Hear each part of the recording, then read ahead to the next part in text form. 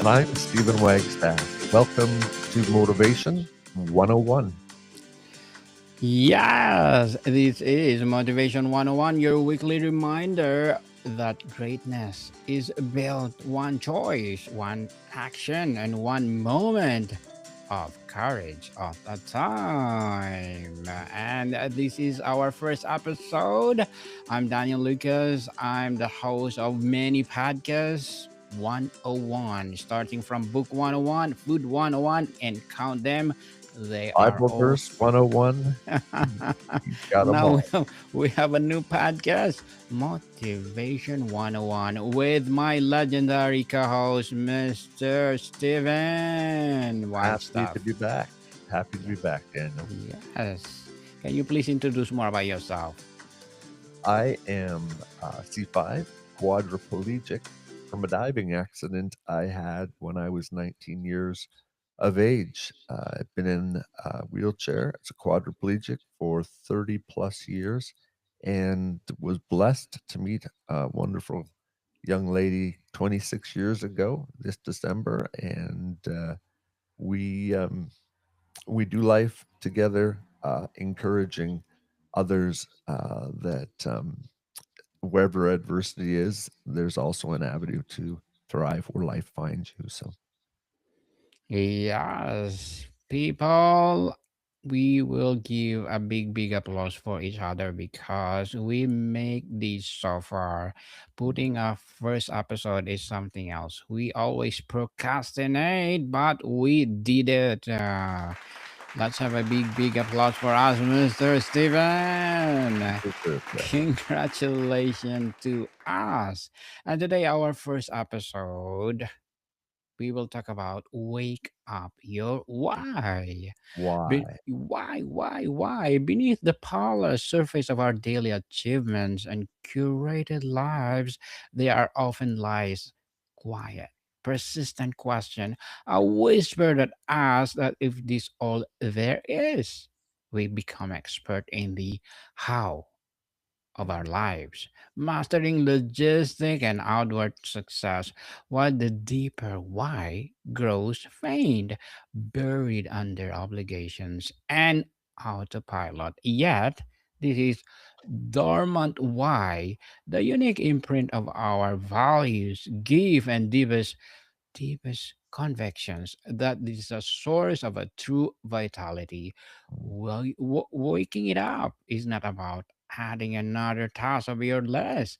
It is about the courageous excavation of your own soul, learning to distinguish the echo of expectation from the sound of your own pulse. Mm. When you're aligned with your core purpose, effort transform into energy, challenge into chapters, and your entire life becomes not just a path you walk, but a story you're proud to tell. What amazing why, Mr. Steven. So how do you find this sleeping why? And what are the most common signs that is the time for someone to actively wake it up?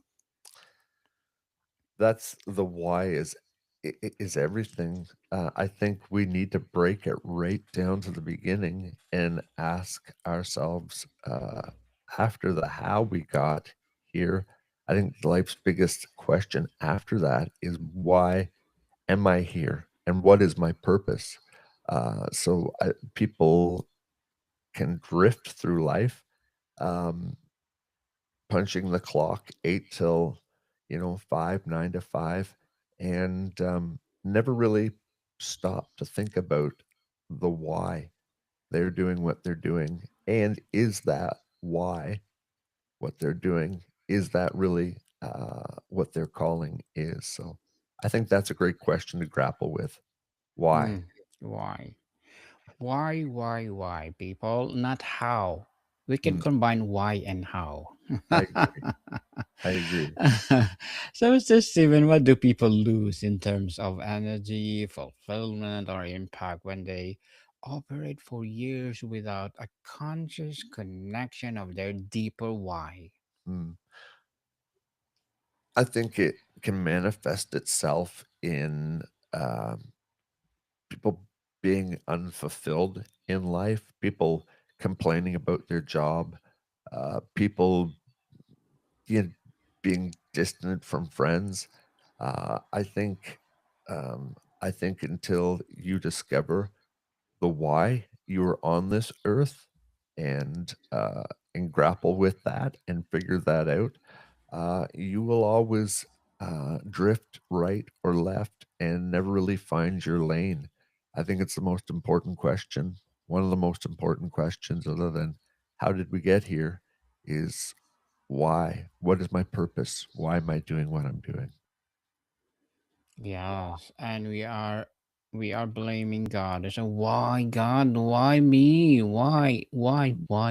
Endless why. And you learn to need to ask the question, why not me? I used to Mm-hmm. think uh, when we lost our child, or when my wife's cancer, or when we lost, her sister and left behind 11 children, ages 15 to a newborn. And we're going, why? Like, why God?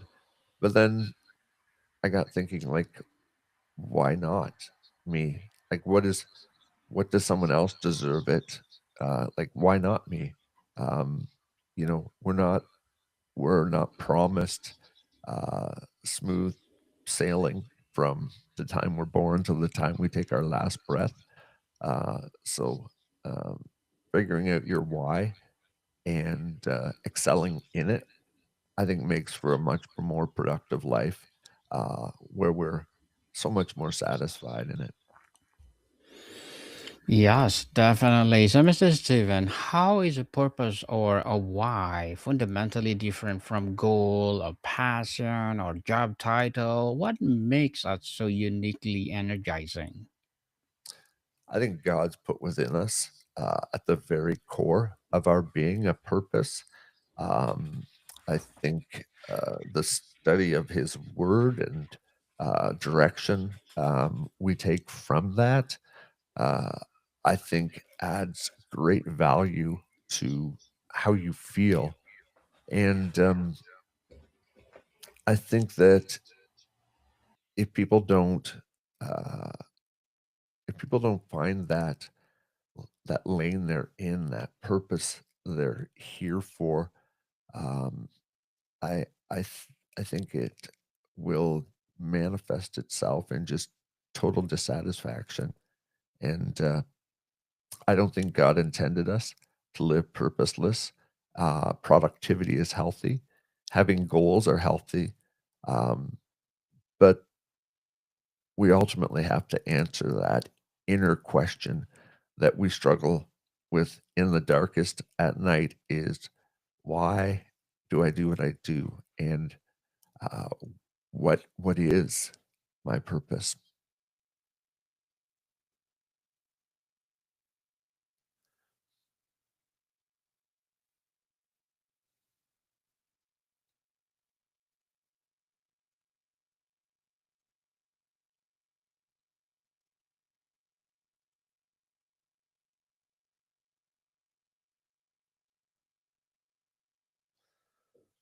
So, Mr. Steven, tell us. My next question is about purpose. How is purpose or why fundamentally different from something else in our lives? More deeper than we are aiming for. Actually, I think purpose uh, is the goal. I think um, f- finding your purpose is actually, when you get that, you actually have answered the why. I know my purpose. I know I've been gifted with the ability to encourage others, to love others. I have a deep empathy, um, and so those gifts lead me to want to do things like this to help people overcome adversity and things. So uh, I think purpose is great. I think that's first comes why, and then comes purpose. Once you figure out that why equation and you find your purpose, that's where life all of a sudden becomes really really exciting. Really exciting indeed. And Mr. Steven, where should someone begin this excavation? Is it through looking at past joys, current frustrations, or future dreams? Um, I think answering your why, um, for me, I think your why is is based on um, the giftedness that you've been given, that you've developed over time. And sorry, Daniel, I've lost track of that question. Can you give it to me once more? Yes. So, where should someone begin this excavation? Is it through looking at the past joys, current frustrations, or future dreams? I think excavating the why for me, excavating the why was found in figuring out what was true. Um, like, what is the truth about life? How did I get here? Um, what is my purpose? And really, the third one, where am I going when this whole thing ends? And so I excavated my why from the scriptures. I found out my giftedness through the scriptures. I also found it through others um, who can validate the purpose and the giftedness that you have. And I think when others see uh, a gift in you or what we would call purpose, quite often people will say, "You're really good at that," or "You should do this." And I think we should listen to those things. I think we should listen to others uh, give their opinion on your value, and then you should pursue those things. Yes, and very well said, Mr. Stephen. Very well said. A lot of what we think we should want comes from external expectations. How do you guide someone to silence the noise of family, society, or ego to hear their authentic why? Yeah.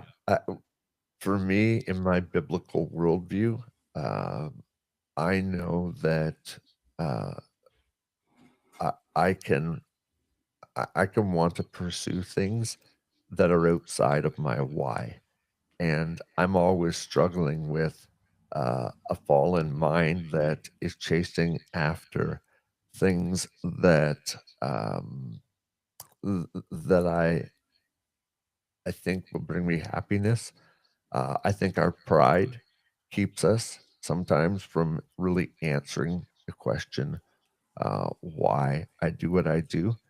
And so I think at the end of the day, when our head hits the pillow at night, we don't have to put on that uh, false identity. We don't have to put on that mask of this is who I am. Um, I think it's in those quiet times where we truly are authentic with ourselves. Um, it's in those times that we really, our why speaks to us really loudly. And then it's up to us from there to take steps towards um, fulfillment and purpose because other people depend on your why, right? Other people depend on you plugging in to what you're meant to do. And when you're meant to do and you're doing what you're meant to do, you benefit others around you. So I think it's the greatest thing we can give back to society is fulfilling your purpose and um, and chasing your dreams. We all have to have something we put our feet, or in my case, my wheels on the floor every morning for. Um, so Yes, definitely. And why is looking back at the fascinated us? what we are naturally good at or how we played as a children, often a direct line to our core. Why? Mhm. Well, I think, again, from my biblical worldview, my why was built into me from the day I was born. I believe God uh, had purpose for my life, that I have innate value in His eyes. And so, those things that you do as a kid and those projects that you take on and the character of who you are, some of those things are ingrained and right into our DNA. And so I don't think, I think we're so innocent at that age that we haven't had money pulling at us. We haven't had fame pulling at us. We haven't had what life throws at you.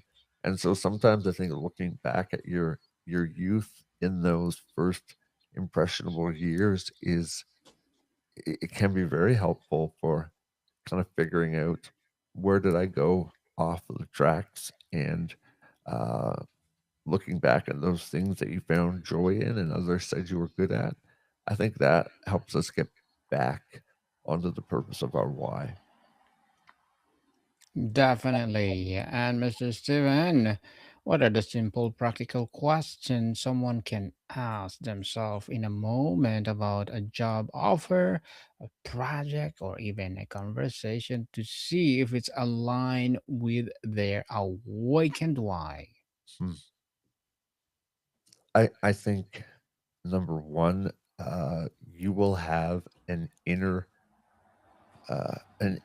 peace, a peace that is that is there. There won't be um, an angst or I think when we have a settled conviction about something, whether it is a job offer or whether it is a decision you have to make, um, I think deep down when we get away from all the noise, we really know what the answer to it is. And I think I think it's when we have to ask ourselves, are we really being authentic with who we are and what we're doing? And I think those jobs or those dreams and things, um, you can answer those not just by how you feel, but I would also ask other people because other people are watching all the time. Family, especially those loved ones that are close to you. I think it's a great thing when we're meant for community. And so those people that are tight with you and are part of your community, I think, you know, asking others as well is a great way to figure out if that why is the real fit for you.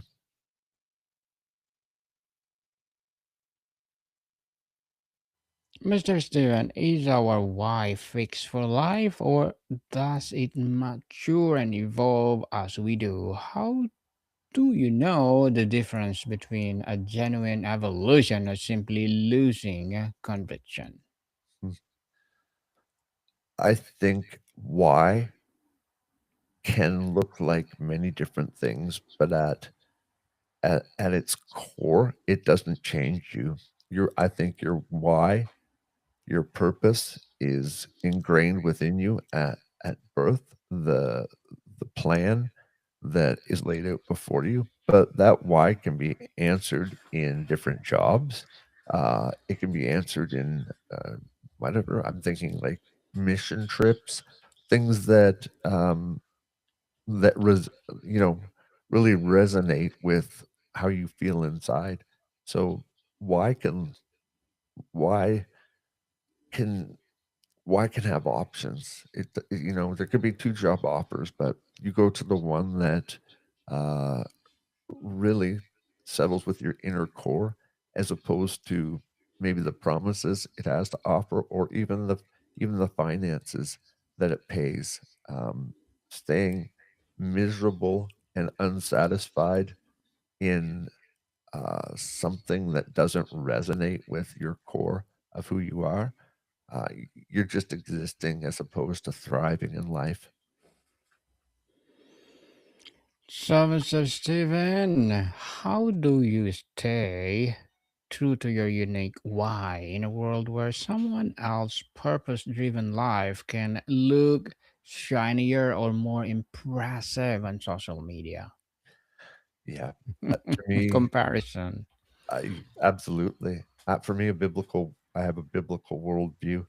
And anytime I get outside of God's perfect plan for my life, um, and I chase after those things, I find dissatisfaction. I find that I'm running into constant opposition, and so I think that that yeah, I think that why yeah is getting Why? into Mm-hmm. deeper than Yes, definitely. Why? When someone operates from their authentic why, what does these tangibly change their leadership, their parenting, or their creativity? when people get aligned with their God-given why, um, and in relationship with Him, uh, I think everything we do is is magnified in a much bigger scale because we're operating where we're supposed to be operating. We're raising our children according to the why that was ingrained into you by God, and I think it makes you a better parent. It makes you a better employee, and it makes you a better boss. Um, so, yeah, I think for you to be outside your why, you'll always um, fall short of not just being productive in life, but also not um, helping others in the potential that you could possibly have if you've lined up with what your true purpose is.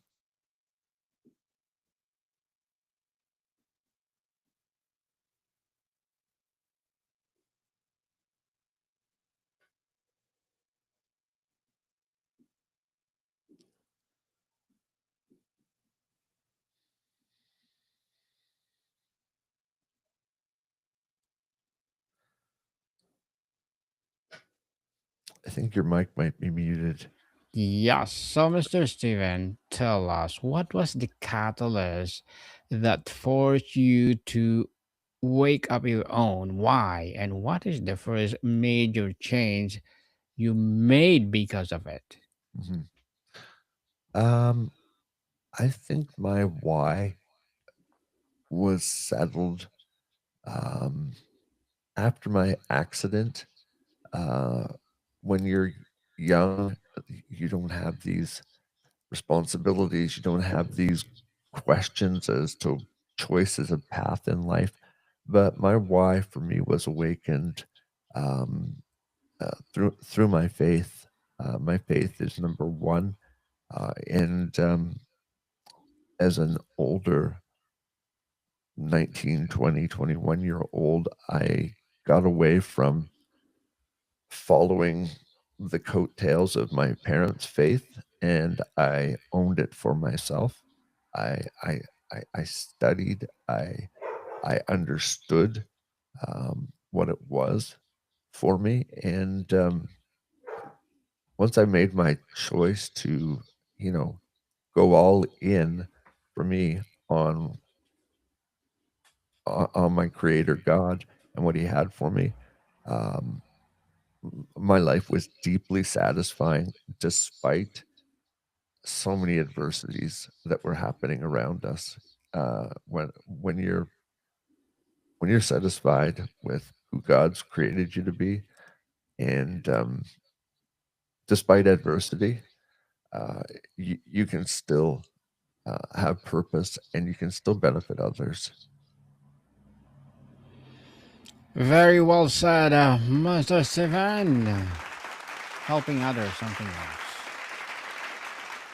And last but not the least, if someone feels stirred by this conversation but doesn't know where to start, what is the concrete 10-minute exercise they can do before to begin the process of waking up the why? For me, it goes back to the question of why am I here? And for me, that is because God put me on this earth for a reason and for a purpose. And for me, it was simply surrendering my will, surrendering my wants, those things, and committing my life to what God would have for me. Um, I would say to the person in the quiet moments of the space when there's no one around, uh, the Bible explicitly talks about God's waiting for you to just knock on His door, and and He's ready to answer. So I would say prayer and meditation, and acknowledging that I need direction in this life. And I think for me, that came with a full, fulfilled relationship with God. Yes, indeed. In God we trust, as the American said, and Mr. Steven, thank you so much for sharing your knowledge and wisdom to the world. Another great episode, and we are counting for more and more empowering episodes Mm. of Motivation 101. So, to sum up our discussion, Mr. Steven, what else you can say about it? I would say that uh, be true to you. You know deep down you're authentic person. Stop putting on a mask. Stop pursuing things that you're finding no pleasure in, and take some quiet moments where you can truly get alone with your creator and tap into the why that he has prepared for you from beginning of life through to your end. Yes, the why indeed, the why. And tune in next week. We have a great and amazing episode that we will talk about for sure. So, Mr. Steve, would you please plug in something? Sure. Uh, if you want to figure out your why, or you need assistance figuring out your why, or maybe you're struggling in life, Swagability Inc. You can look us up on YouTube or our website, swagability.com. We're here to help people walk through those difficult times, those struggles, those questions, the adversity. And our goal is to see you thrive wherever life finds you, not just to exist, but to thrive in your purpose. To thrive with purpose. Yes, people, let's support Mr. Steven Wagstaff, because if you support him, we'll show more and more empowering advocacy like this to come. So, Mr. Steven, thank you so much for your time. Look forward to next week, Daniel. Yes, much come, people. See you soon.